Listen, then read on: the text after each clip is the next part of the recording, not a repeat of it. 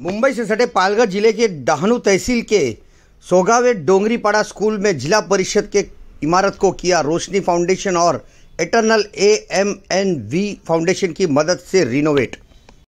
Roshni Foundation and Eternal AMNV Foundation की मदद से जिला परिषद स्कूल बनी एक आदर्श आकर्षक सुंदर school. Roshni Foundation and Eternal AMNV Foundation की मदद से जिला परिषद Sogave Dongripada school digital classroom सहित सभी सुविधाओं के साथ एक आकर्षक स्ट्रक्चर सहित अच्छी इमारत बन गई है, जिसे एक आदर्श स्कूल कहा जा रहा है। 23 अगस्त 2024 को Ajmera Group of Company Mumbai के व्यवस्थापकीय संचालक रजनी भाई के कर कमलों से नई क्लासरूम, नए स्टाफ रूम और स्कूल के नवीनीकरण का उद्घाटन किया गया। इस दौरान रोशनी फाउंडेशन के व्यवस्थापकीय trustee Shrimati Geeta Muchhala madam, Shrimati Urmiben Desai madam, प्रख्यात गुजराती भाषा शास्त्रज्ञ और अभ्यासक, डहाणू के वरिष्ठ अधिवक्ता एवं भारत सरकार के नोटरी भगीरथ पोंदा, डहाणू के उद्योजक सतीश पारेख, श्रीमती कल्याणी मैडम, श्रीमती योगिनी द्विवेदी, दिलीप कवैया, श्रीमती मोनिका मोतवानी, केंद्र प्रमुख सावटे, श्रीमती ममता पटेल उपस्थित थे। इस दौरान बच्चों ने सांस्कृतिक कार्यक्रम भी किए, जो दर्शाते हैं कि आदिवासी स्कूल के बच्चे बहुत कुछ बेहतर कर सकते हैं। बताया जाता है कि क्लासरूम पुराने होने के कारण दीवारों में दरारें पड़ चुकी थी। छत के सीमेंट के पतरे टूटे हुए अवस्था में होने के कारण बरसात के दिनों में क्लासरूम में पानी टपकता था और बच्चों को भीगते हुए पढ़ना पड़ता था। खिड़कियां टूटी अवस्था में थी और जमीन पर बिछी लादी भी टूट चुकी थी। इस स्कूल में मरम्मत की काफ़ी ज़रूरत थी और जिला परिषद इसको नज़रअंदाज करके अपना उल्लू सीधा कर रहा था। रोशनी फाउंडेशन के व्यवस्थापक ट्रस्टी श्रीमती गीता मुछाला ने एक सुंदर सी स्कूल इमारत रोशनी फाउंडेशन की मदद से बना कर दी। हे करण्यासाठी आपल्याला मोटिवेट करण्यासाठी या सगळ्या सुविधा आपल्याला पुरवण्यासाठी आपल्या गीता मॅडम प्रत्येक वेळेला आपल्याला त्याच्या एक पाऊल पुढे आपण जेवढं मागितले त्याच्या एक पाऊल पुढे आपल्याला दिलेलं आहे त्यांनी, आणि आपल्याला निश्चितच त्याचा उपयोग आपल्या विद्यार्थ्यांची गुणवत्ता आणि दर्जेदार खेळाडू बनवण्यासाठी उपयोग होणार आहे। आम्ही शैक्षणिक आपलं क्रीडा साहित्य जर बघितलं तर भरपूर क्रीडा साहित्य आहे। दरवर्षी सर चेसच्या स्पर्धा होतात, कॅरमच्या स्पर्धा होतात। आमचे विद्यार्थी दरवर्षी त्या विद्यार्थी भाग घेतात, नुसते भागच घेत नाहीत, त्याच्यामध्ये प्रथम द्वितीय क्रमांक मिळवतात।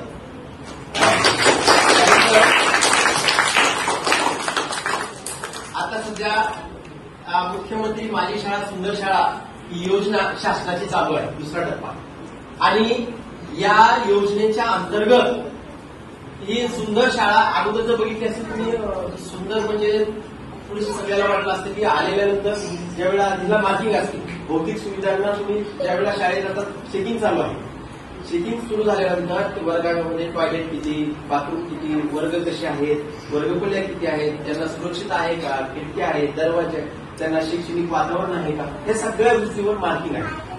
आणि त्या मार्किंगमध्ये पैकीच्या पैकी मार्क घेण्यासाठी आपली शाळा सज्ज झालेली आहे। आता उद्यापासून त्याचं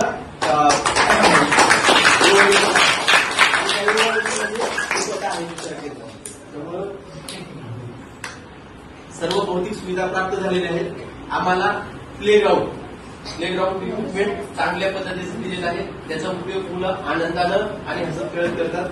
टॉयलेट ब्लॉक आहे, खूप छान, मी आंतरराष्ट्रीय दर्जाचं टॉयलेट ब्लॉक आहे। नंतर वारली पेंटिंग वर्कशॉप हे सुद्धा दरवर्षी मॅडम घेत असतात। नंतर ट्री प्लांटेशन दर जून जुलैला आपले ट्री प्लांटेशन आपल्या रोशनी फाउंडेशनच्या अंतर्गत होत असतं। त्यानंतर शेअरिंग केअरिंग, सायकल वाटप, गुणवंत विद्यार्थ्यांच्या सत्कारामध्ये सायकल वाटप त्या गुणवंत विद्यार्थ्यांना दिलं जातं। नंतर आरोग्य तपासणी आणि उपचार, ज्या विद्यार्थ्यांना आरोग्याच्या काही अडचणी आहेत त्यांच्यावर उपचार करून उपचार केले जातात। त्यानंतर सप्तरंगी सप्त्या याच्या माध्यमातून विद्यार्थ्यांना उंच बाहेर येण्यासाठी आपल्याला चान्स मिळतो। त्यानंतर विद्यार्थी थोडे कुपोषित होतात, ही विचार करून लगेच त्यांना प्रोटीन पावडर, म्हणजे जिथं कमी तिथं गीता मॅडम, जिथं कमी तिथे त्यांनी आपल्या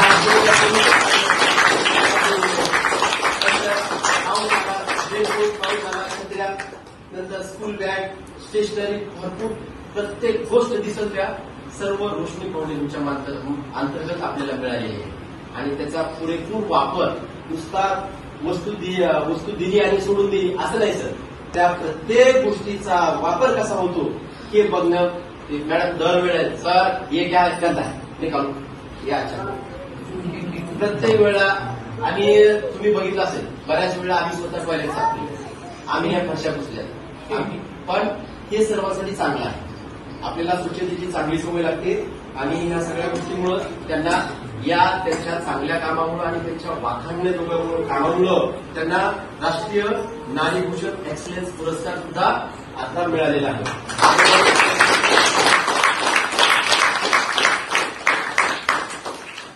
त्याला आजच्या कामाचं प्रास्ताविक आणि सर्वांना प्रास्ताविक समजत असेल आजच्या कामाचं आजच्या आपल्या उद्घाटन सोहळ्याचं पाहुण्यांना सर्वांना विनंती करतो की पाहुण्यांनी उद्घाटन करावं आणि त्यानंतर आपल्या पाहुण्यांचं बरोबर. जिला परिषद सोगावे डोंगरीपाड़ा स्कूल को एक नया कमरा, नया स्टाफ रूम, पूरे स्कूल का नवीनीकरण, डिजिटल वर्क के कमरे, नया फ्लोरिंग, सभी क्लासों को रंग किया गया. खेल के मैदान के साधन, आधुनिक टॉयलेट ब्लॉक, पीने के पानी का प्लांट, बोरिंग की मरम्मत, नई सुविधाओं के साथ पैर धोने के क्षेत्र का नवीनीकरण, रेन वाटर हार्वेस्टिंग सहित अन्य छिटपुट सुविधाएं रोशनी फाउंडेशन स्कूल द्वारा किए जाने का स्कूल का कायापलट हो रहा है. वंचित आदिवासी बच्चों के लिए एक आदर्श स्कूल बनाने की सभी जरूरतमंद सुविधाओं को इस आकर्षक इमारत में देखा जा रहा है. इस दौरान रजनी भाई ने आनंद और समाधान व्यक्त किया. इस दौरान गीता मुछाला मैडम ने विद्यार्थियों को बेहतर बनाने के लिए सभी तरीके से सहकार्य किए जाने का आश्वासन दिया. कार्यक्रम का सूत्र संचालन और प्रस्तावना स्कूल के प्रमुख शिक्षक नामदेव माने तो आभार प्रदर्शन उराडे सर ने किया. तो कार्यक्रम के लिए स्कूल व्यवस्थापन अध्यक्ष लक्ष्मण जुन्नर, सोगावे स्कूल के शिक्षक शिंदे सर व जगताप सर की अहम भूमिका रही. आप देख सकते हैं कि आदिवासी स्कूल में बच्चों को किस तरह से सांस्कृतिक कार्यक्रम नृत्य सिखाया जाता है. यहाँ पर बच्चे किस तरह से अतिथियों के सामने अपना प्रदर्शन कर रहे हैं और बच्चों को देखकर अतिथियों को काफ़ी आनंद आया और उन्होंने सही कहा कि आदिवासी बच्चों में और भी कला गुण सिखाया जा सकता है जो देश के हित के लिए उपयोगी रहेगा. आदिवासी प्रजा ही खूप खूप पुढे घेऊन राहिली. मला आठवतंय माझ्या वडिलांनी एक हडलला प्रथम ग्रॅज्युएट केलं. आता ते मालाडच्या तळावाकडे राहतात आणि आज मी पाहतोय डॉक्टर, वकिलांची तर खूप संख्या आमच्याकडे झाली. डॉक्टर, कुंभारी असे विद्वान लोक तुमच्यामध्ये व्हायला लागले. रोशनी फाउंडेशन म्हणजे काय? जिकडे अंधार आहे तिकडे जाऊन रोशनी करणार हे रोशनी फाउंडेशन.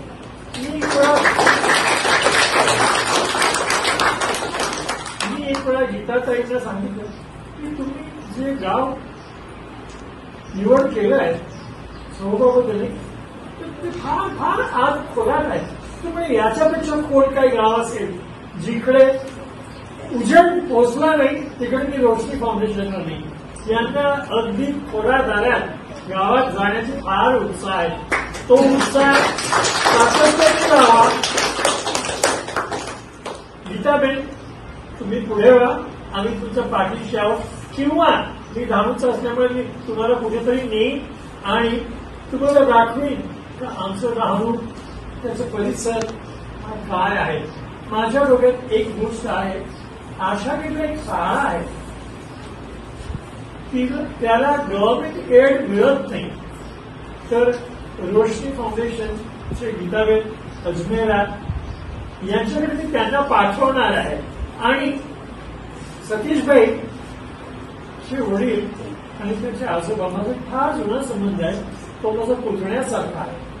मी त्यालाही काहीतरी सांगणार आहे कि तुमने तो बहुत कुछ किया गांव के लिए, अभी कुछ गांव खेड़े के लिए करो.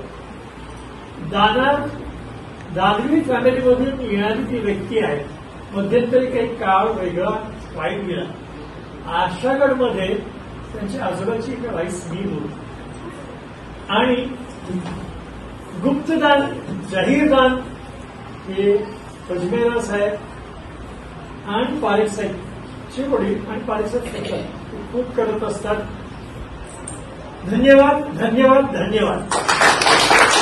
इन आदिवासी बच्चों को देखकर यह लगता है कि आदिवासी बच्चों में भी काफ़ी विकास आ रहा है. पढ़ाई के साथ साथ यहाँ पे गुणवंत विद्यार्थी भी काफ़ी आ रहे हैं. इस तरह की संगठनाएं यदि इन बच्चों को मदद करती रहेंगी तो आने वाले समय में बच्चे और भी अच्छा उज्जवल भविष्य बना सकते हैं. देखते रहिए JB न्यूज़.